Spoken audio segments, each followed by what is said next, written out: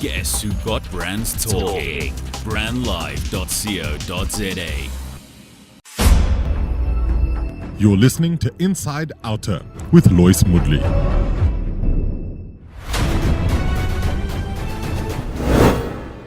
Welcome.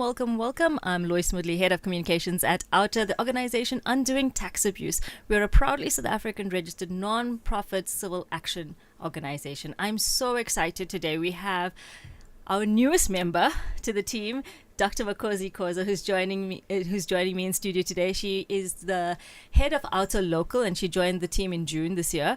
We're going to get into her life as MP, or what she was doing before she joined OUTA, and her new vision and a new strategy going forward. After we chat to Dr. Khoza, we're going to get to our special projects portfolio, which is with Dominique Msibi. Don't go anywhere. Less corruption, more accountability. Stay tuned to Inside OUTA. So I said joining us in studio is the lovely, most fantastical, dynamic woman I have met in a long time, Dr. Makhosi Khoza. Thank you so much for joining us. Thank you, Lois. Thank you so much. I'm glad to be here. Oh, so fabulous to have you in our studio. And you commented, well, you've just moved up to Joburg now, and you're loving this atmosphere here in Joburg. I actually do.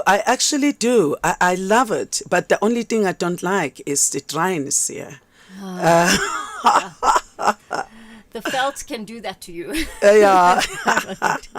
Dr. Khoza, first off, just tell us a little bit about why you became an MP in the first place, and give us some insight into why you had left Parliament. I know it's a question that you get asked over and over again, but what do you... It's actually very interesting because I became the deputy mayor of Pietermaritzburg at the age of 26 in 1996. And after my husband passed on, I decided to leave politics. I went to banking. I was with Standard Corporate and Merchant Bank here in Joburg. And soon thereafter, whilst I was at Standard Bank, I just realized that I was probably destined to do something with local government. And I found myself being headhunted by the KwaZulu-Natal Local Government Association, and I went back to KwaZulu-Natal as their CEO of the KwaZulu-Natal Local Government Association. And whilst I was there, it became very clear. People said, you know what, we need you back into politics. We miss the action. I mean, you've become too much of a bureaucrat and an administrator, you know, because if you're a CEO, you are basically an administrator. Right. So people voted for me back into politics, and I went to Parliament, to the provincial legislature, as the chair of the Standing Committee on Public Accounts in KwaZulu-Natal. And again, because unfortunately for me, my mouth never gets shut. So I found myself in trouble with my superiors because I began to hold accountable even my bosses. So they demoted me upward and made me the chief whip of the provincial legislature, a position that I didn't like at all. So I resigned. I resigned from politics. I thought, well, it was enough for me. I came back here to Joburg as the Group CEO of the Agani Retirement Fund Administrators. But whilst I was there, interestingly, people voted for me in absentia in KwaZulu-Natal, and they said, we want you back in politics. And I think, to me, I was really humbled because people were saying, we are looking for honest politicians. And I think I like that. And I said, I can't let these people down. Obviously, it's wrong for us to believe that if we are to believe that to be a politician should be synonymous with lies.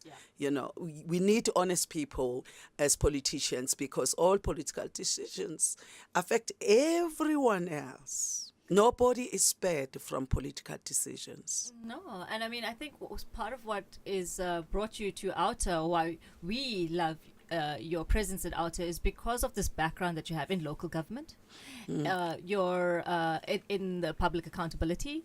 It marries so well, right? So it's you're divorced from politics in a way, but you're still very much influencing how things are governed at local level.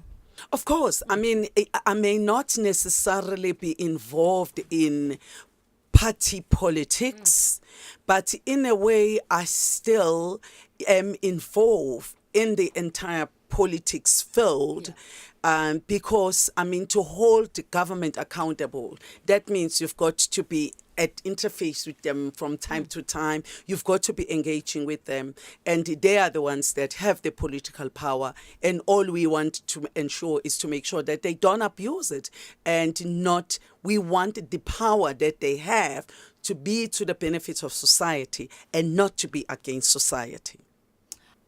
What made you so different? I mean, that seems like a fundamental, it seems like fact to me, that you get into politics to help people, to better your community. So why is it so difficult for people to do the right thing?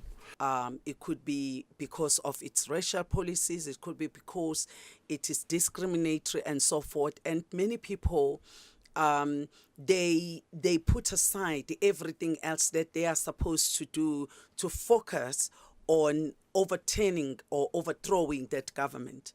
But when they become, when then they achieve their mission, you find that it's very difficult for them to find work elsewhere.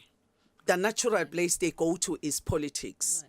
Right. And in other words, you have a lot of people who are in politics, not by design, but by circumstances. They find themselves being there by circumstances. And I think we should be transitioning to a stage where people go into politics because I want to go into politics. Because then when you are there, your motives for participation are clear and you are not representing yourself. You are going there with one sole purpose only, and that is to serve the people. And unfortunately, in other people, politics is a form of employment or is a form of income. And I think that's where many things get wrong. So follow your passion is what you need to follow your passion. Yeah. Exactly. The same way as somebody who does drama. You know, right. You can't force yourself to be an actor, right. You know, if you don't have that passion. And same thing with politics. You shouldn't be in politics because I happen to have fought as an activist against apartheid and therefore I'm a politician. You should be there because you now are... You wanted to see change in your society. You want to contribute. You love people. You want to be of service to them. And in fact, to me, what I like most in politics is that actually you are a public servant. You know, you are a public servant. Once you come to terms with the fact that you are a public servant. In other words, you can't be there for profit motives. Right. You are there as a servant of the public. In other words, whatever the public wants, you must be there for them. And I don't think we've unpacked that concept enough for people to understand that public service is really for public servants. Right. I think it's because a lot of us get into it for the wrong reasons, right? Exactly. And it's the ego, it's the status, it's all of those things that we are seeking rather than the actual career path and following the passion is what you were saying earlier. I want to take it back to when you had made this leapfrog move out of Parliament. And many of us have read about it in the newspapers and heard about it on the radio. You were threatened. For standing up, for speaking out against corruption in Parliament, and you've seen it happening over and over again. I mean, you've shared some really, I don't know how to explain this. Some of the stories that you were sharing with us when we had a recent trip to Cape Town to open our parliamentary office. Tell us a bit about what had happened during that period. And I also want to touch on you as a mom. Yes. Because these threats weren't just against you, they were... against your kids? You know, we have to understand that throughout history, whether you're talking about Socrates, you're talking about Mandela, you're talking about Martin Luther King, speaking truth is always comes with some kind of the price. And unfortunately, we never get used to that. And I equally, because I am human, initially, I thought, well, I'm a strong woman. I'm going to stand my ground. And yes, corruption is rattling this country. I felt that, it was tearing the country apart. And again, I began to see corruption, resuscitating racism, basically. Because corruption, you must understand, like apartheid, it thrives on divide and rule principles. Yeah. You've got to divide the society. You've got to create us and them type of a situation so that you can be able to feed all your greed and what have you, and in the meantime, society, they just get loggerheads with each other on issues that are not necessarily tangible, but that's how it thrives. So when they actually went for my children, I mean, I had received that threats a lot of times before. I've had my land invaded when I was the chair of the Standing Committee on Public Accounts. My land was invaded. And I mean, you will expect that in South Africa, you will probably be having land invasion on in a white farm. No, it was happening to me. I'm as black as charcoal, but but it happened to me, and I'm a woman, They invaded my land. They buzzed people in. They took my land. I had to go to court to get them out of my land, So I'm saying I was able to persevere even during the time I fought on. But when they started, the time when I was in National Parliament and when I started challenging President Jacob Zuma to step down, because I was really feeling that the country was really on its downward slope. And I felt that I needed to do something. And unfortunately, that came with a huge price because, especially with my daughter, they were going for my daughter in particular. My daughter was receiving death threats, and I mean, all sorts of things were done to her. And each time you walk in the house, your children break down. You come in, they don't know whether, if you happen not to, if they phone you and they don't get hold of you, they think of the worst. They think maybe you are dead already, and even the kind of violation of your own space where people come to even your space. I'm not sure if you remember that even the Youth League was actually going to protest at my house. All those things, they really work on your children. And I began to ask myself, is it worth it? Yeah. Because my children, it's one thing when it happens to you, but it's another thing when it happens to your children. And I always say, the strategy of a patriarchal society is that if you want to deal with a woman, go for her womb. Wow. And if you go for her womb, you know that definitely she is going to, one way or the other, she's just going to find herself, breaking, and they understand that too well. And I think, and use it against us. It was very difficult for me during that time. And I did think, is this thing, should I continue? And because my son was terrified. Yeah. My son was terrified. I also want to ask you, I mean, we've talked about Mandela, his legacy, and, recently it was Mandela Day, and lots of people doing great work living up to his legacy.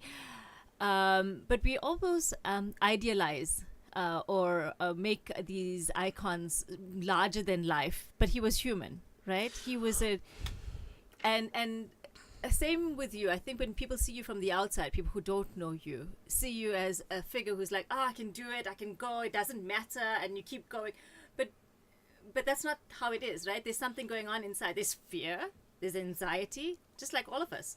I mean that's very true. That is very true. I mean, if you look at our former president Nelson Mandela, I mean his life, private life, was very difficult, and equally with me. Um, you know, people might think that you are a superwoman, and believe you me, being a widow and having to bring up my children on my own. All the time, constantly, I had to remind myself that both my children are one parent away from being orphans. And other people, they'd never realize that. They just see this strong person, this strong personality, this person who can tackle the issues that even male counterparts are fear tackling. But the reality of this situation is that you are human, and you do err as well, you know. There were times when I felt, you know, maybe I should have done things differently, especially with my daughter. Like with my daughter, because my life has always been on the fast lane. She was at boarding school from when she was 5 until she finished school. And she went to the university soon after that. And, you know, sometimes I can pick up certain things that I can tell that there is something that's missing in her, because I never really got to spend more time with my children. And I think that's something that I think all women leaders, and even politicians in particular, you know, sometimes we don't pay sufficient attention on our families. We do things and we forget that we're human after all. And we have other responsibilities other than being a parent. Other than being a leader in society, you are also a parent, and you also have to fulfill that obligation. What's the point of fulfilling the obligation of the bigger society when you can't fulfill your own family, you know, your obligations as a parent? And sometimes, that hurts me sometimes, Our final question. We've run out of time, so you've taken over the helm at OUTA Local for local government. How is that going to work? Can you give us a bit of insight as to your thinking, how it's going to work? You know, one of the things that excite me a lot under the sun is how important local government is. I always tell people that you are born in a locality, you grow up in a locality, you eat in a locality, you eat in a locality. Even when you die, you are buried in a locality. You are never buried at province or at national. So you can't be buried in a country. You've got to be buried somewhere. So your whole life is around that. And what I think we've done as a country is that we've neglected that sphere of government.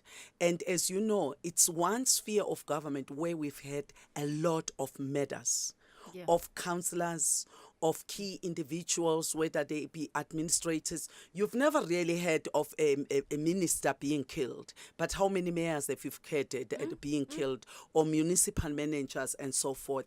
And I think it's that sphere of government that is also very vulnerable. And that is why you will find that when people are angry in that sphere, they will tend to express their anger in different ways. Sometimes they would ban schools. They would do those kinds of things. And I feel that it's one sphere there where we are supposed to be channeling all our brains to, and maybe sending our best brains to, deploy our best brains to that sphere of government, because it's very, very fragile, yet it's very, very important. And being at OUTA and that opportunity to come to OUTA to head this particular sphere, this municipal unit, to me, it's very exciting in two levels. One, it's because everybody has been talking about corruption in this country. But corruption they're talking about is usually about national and provincial level. And you must remember, when there is corruption at local government level, I've just been to Mfuleni right now, and I can tell you, seeing a sewer overspilling into the streets and so forth, you must understand these people live here. You look at that, you look at the potholes, waste not removed. At national level, they're corrupt. You can't really feel it almost immediately. At local level, there is no way you can escape it. Yeah. Because when you step out of your house and you see this heap of rubbish that has not been collected, there is no way you are not going to feel it. And that's where you also have a lot of people that are looking for jobs that will be standing at the corner and so forth. And I really feel that one has an opportunity to begin to hold municipal officials accountable, because there's been a lot of corruption going on there. And as you know, recently the Auditor General released the audit outcomes. I mean, more than 20 years down the line, only 13 municipalities received clean audits. So basically, we are talking about 87% municipalities that are either dysfunctional or whatever. So we really have a crisis at local government level, and we need to deal with that. And we need the residents to get behind us. Definitely. You know, one of the things that I think is very important is for us to get citizens to take their rightful role. Politics, by the way, are going to become something of yesterday, history. What is really going to take us forward is active citizenry. Citizens have to take over their power, reclaim their power, and get involved in running their own affairs, and not to depend solely on politicians to do that, because politicians, we know, they are there for power motives. At local government level, we can't afford power motives, because it's about bread and butter issues. It's about everyday issues. Dr. Makhosi Khoza, thank you so much for joining us, and looking forward to all the fantastic work you're going to do at OUTA. Thank you very much. Demand good governance. Join us weekly on Inside OUTA.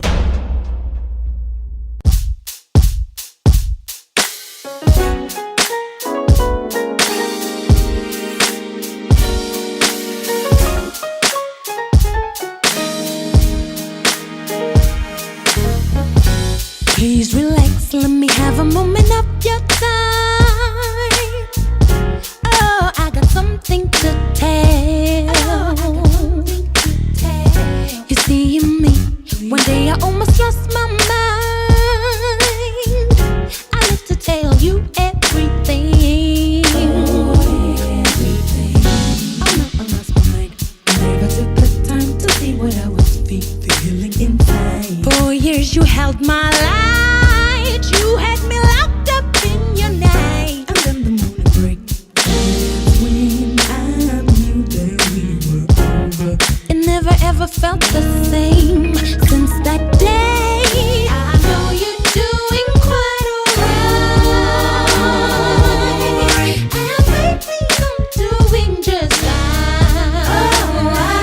I'm doing fine. The sun still shines on you.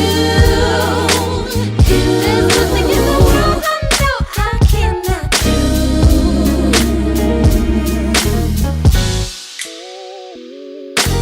So full, I see that diving into my soul, and you didn't even care to know how tarnished I felt. See, your problem is I understand me more than you know. All you wanted was a backseat. Can't push, pull me by the right beat, play cheap. Oh, out of my soul. Oh, when the morning breaks, that's when I knew that we were overseeing that kind of deal. That's why I'm still here. Now I know you're doing quite alright, and baby, I'm doing just fine. I'm doing fine. The sun still shines on you. There's nothing in the world I know I cannot do.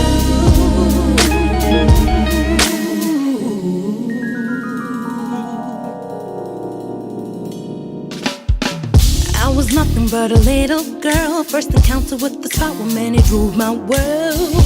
Later on, it came to be.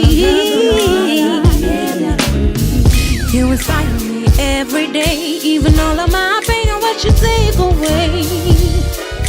You're so supreme. Without you in my world, I don't know where I would be. Look at me, strong grown woman living gracefully. So happy, you could tell that God has been good to me. I've come to be more than what they said that I would never be. They doubted me, then a while later I'm living my dream. I'm living my dream. Hey, they can take that away and they can't mess with me. Oh, ain't nothing in the world I cannot do.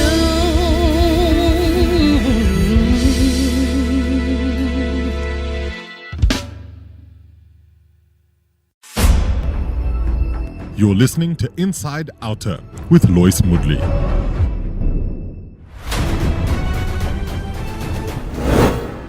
Welcome to the Inside OUTA Progress Report. In this feature, we are joined by one of our portfolio managers to give us an inside look at the work that they are doing, whether it be related to transport, water and environment, energy, local government, or special projects. Today, joining us is Dominique Msibi, our Special Projects Portfolio Manager. Hi, Dominique, and thanks for joining us. Good morning, Lois. Thank you very much for having me. Dominique, recently we exposed corruption at SETAs. Can you give us a bit of background about that?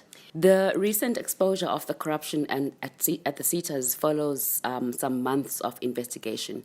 We eventually got so much information regarding a particular SETA, which is the services SETA, and with that, we went to expose after trying to engage with the minister and other stakeholders that are involved. I'll start from the exposure part. Because of the amount of evidence we have and the credibility of that evidence, we were able to expose the wrongdoing at the SETAs after the minister did not respond to our initial call for engagement. We know that now the SETA, services SETA in particular, have spent about 28 million on trivial items that you would think are not even related to the work that they're supposed to be doing. And we have exposed that, and we wrote to the minister and said, this is what we have. And she didn't respond to us. But after we did that expose, she came back to us within a few days to say that she's referred the matter to a few people that are going to have a look at it, and particularly she instructed the DDG of Higher Education to have a meeting with us. Can you give us examples of some of the corruption that you uncovered? Sure, Lois, not a problem at all. In fact, those figures were in the letter that was sent to the minister. We uncovered that 20,000 exam pads were bought at an amount of 214 Rand per item, and 30,000 lanyards were bought for 166 Rand and 50 cents per lanyard, and 30,000 USBs at 167 per item. And we know that these prices are completely out of line and ridiculous because we did some research on this, and a quick online search will reveal that the basic USB can be bought for as little as 59 Rand and lanyards for as little as 3 Rand. And it is very well known that these items don't cost as much as the price that was agreed with the supplier. I mean, there's so much going on in your desk. We don't have a lot of time. So what's happened since SASA Gate? Well, let's call it SASA Gate. Just before you went on the SETAs, you exposed some corruption at SASA, and you talked about going to the public protector to hold a former minister of social development, Batubile Dlamini, accountable. What's happened since then? There's been a lot of media coverage with regards to the payment of the grants themselves. However, with regards to our letter that we sent to the public protector, they have since acknowledged receipt of that letter from us, but they have not indicated the kind of action that they are going to take. So in that way, we'll just monitor what's going on and go back to the public protector if we don't see any response or any action within a reasonable amount of time. Thanks, Dominique. If you would like to know more about the work that she is doing, please visit our website, www.outa.co.za. And while you're there, please consider signing up as a supporter. Thanks for listening to Inside OUTA. Tune in next week when we delve deeper into undoing tax abuse.